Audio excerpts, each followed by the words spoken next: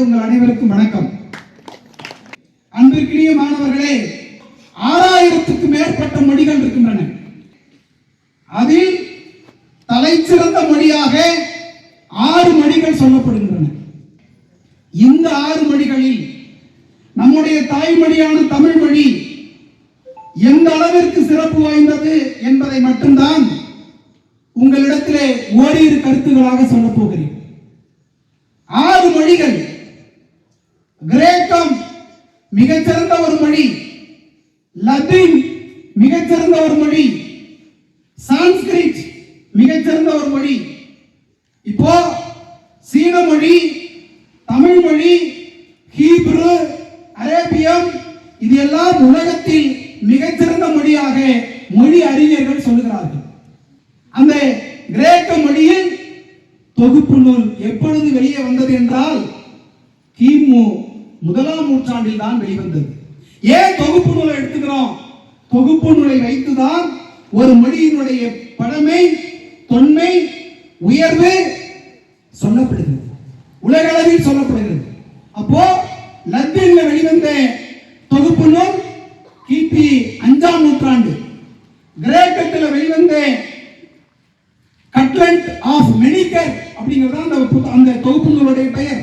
அது வெளிவந்த காலம் கிமு 1ஆம் நூற்றாண்டு.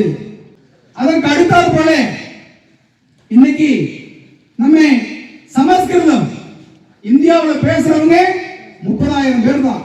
மந்திரமா சொல்றாங்க, கோயில்ல மந்திரமா சொல்றோம், திருமண நிகழ்வுகளில் மந்திரமா சொல்றோம். இப்படி மந்திரமா சொல்லக்கூடிய ஒரு மொழியை பேசக்கூடியவர்கள் 30,000 பேர் தான் சமஸ்கிருதத்தில் இருக்கிறார்கள். அந்த சமஸ்கிருதம் உயர்ந்த மொழியாக, உலகத்தில் சிறந்த மொழியாக சொல்லப்படுகிறது. அந்த சமஸ்கிருதத்தில் தொகுப்பு நூல் வெளிவந்த காலகட்டம் கிபி 10ஆம் நூற்றாண்டு. மாணவர்கள், கிபி 10ஆம் நூற்றாண்டில் தான் சமஸ்கிருதத்தில் என்ன வெளிவருகிறது என்றால் தொகுப்பு நூல் வெளிவருகிறது. கவித்த ராச சமுச்சயம் என்பது அந்த நூலுடைய பெயர். அப்போ சமஸ்கிருதத்தில் கிபி 10ஆம் நூற்றாண்டு, லத்தீனில் கிபி 5ஆம் நூற்றாண்டு, கிரேக்கத்தில் கிமு 1ஆம் நூற்றாண்டு.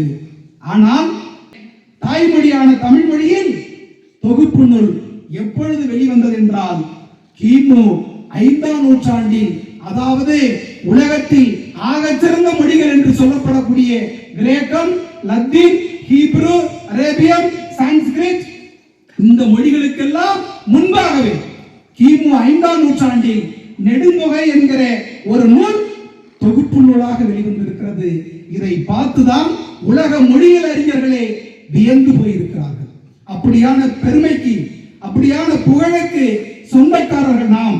அப்படியான மொழியைத்தான், அதாவது ஒரு தொகுப்பு நூல் கிமு 5ஆம் நூற்றாண்டில் வெளிவருகிறது என்றால் அதற்கும் 1000 ஆண்டுகளுக்கு முன்பே அந்த மொழி பண்பட்டிருக்க வேண்டும், அந்த மொழியில் இலக்கியம் தோன்றியிருக்க வேண்டும், அந்த மொழியில் இலக்கணம் தோன்றியிருக்க வேண்டும்.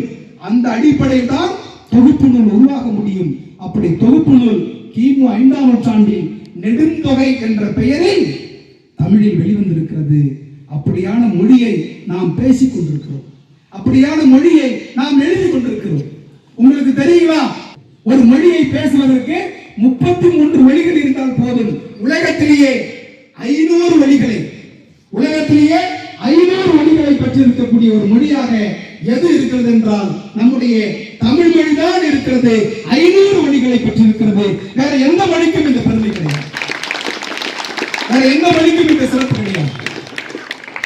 அது மட்டும் கிடையாது, 3000 ஆண்டுகளுக்கு முன்பு கிரேக்கம், லத்தீன், சீனம், ஹீப்ரு, அரேபியம், இந்த மொழிகளில் 3000 ஆண்டுகளுக்கு முன்பு எத்தனை சொற்கள் இருந்தன என்று முழுமையான கணக்கு இல்லை. எத்தனை சொற்கள் இருந்தன என்று முழுமையான கணக்கு இல்லை. யுனிவர்சிட்டி ஆஃப் மெட்ராஸ், நம்முடைய சென்னை பல்கலைக்கழகம் ஒரு அகராதி வெளியிட்டிருக்கிறது. அந்த அகராதியில 3000 ஆண்டுக்கு முன்னாடி தமிழ் மொழியில் 2,08,810 சொற்கள் இருக்கின்றன. இது உலகத்தில் வேற எந்த மொழியிலும் இல்லை என்று யுனிவர்சிட்டி ஆஃப் மெட்ராஸ் சொல்லுகிறது. எனவே இப்படியான மொழிக்கு சொந்தக்காரர்கள் நாம். ஏதோ 35 மதிப்பெண் தேர்ச்சி பெற்றால் போதும், தமிழ் பாடத்தில் தேர்ச்சி என்று சொல்லக்கூடிய மொழியாக நீங்கள் இந்த மொழியை நினைத்து விடாதீர்கள். அப்படியான மொழி இந்த மொழி கிடையாது. உலகத்தில் பண்பட்ட ஒரு மொழி நம்முடைய தாய்மொழியான தமிழ் மொழி. இன்னைக்கு 1, 2, 3 என்று நாம் எழுதுகிறோமே, இதை யார் கொடுத்தார்கள்? முழுமையான மொழி வரலாறை படித்திருந்தால் தெரியும். அரேபியர்கள் கொடுத்தார்கள் என்று இங்கே தப்பான ஒரு வரலாற்றை எழுதுகிறார்கள். அரேபியர்கள்ட்ட போய் கேட்டால் இந்தியர்கள் கொடுத்தார்கள் என்று அரேபியர்கள் சொல்கிறார்கள். இந்தியாவில் இருக்கக்கூடிய சான்ஸ்கிரிட் இந்தி பேசக்கூடியவர்கள்ட்ட போய் கேட்டால் எங்களுக்கும் இதற்கும் தொடர்பில்லை என்று சொல்கிறார்கள். மொழி வரலாறு என்ன சொல்லுகிறது என்றால், கா என்று நாம் எழுதுகிறோம், அதிலே ஒன்று இருக்கிறது. தமிழ் படித்தவர்களுக்கும் தெரியும், ஆசிரியர் பெருமக்களுக்கும் தெரியும். 1, 2 தமிழில் எழுதுகின்ற பொழுது கா ஞா என்று நாம் எழுதுவோம். உலகத்திற்கு இந்த கா ஞா என்பதுதான் உலகத்திற்கு 1, 2களாக மாறி இருக்கின்றன என்று மொழி வரலாறு சொல்லுகிறது. தமிழ் மொழியினுடைய பெருமையை நாம் போற்ற வேண்டும், சிறப்பினை போற்ற வேண்டும்.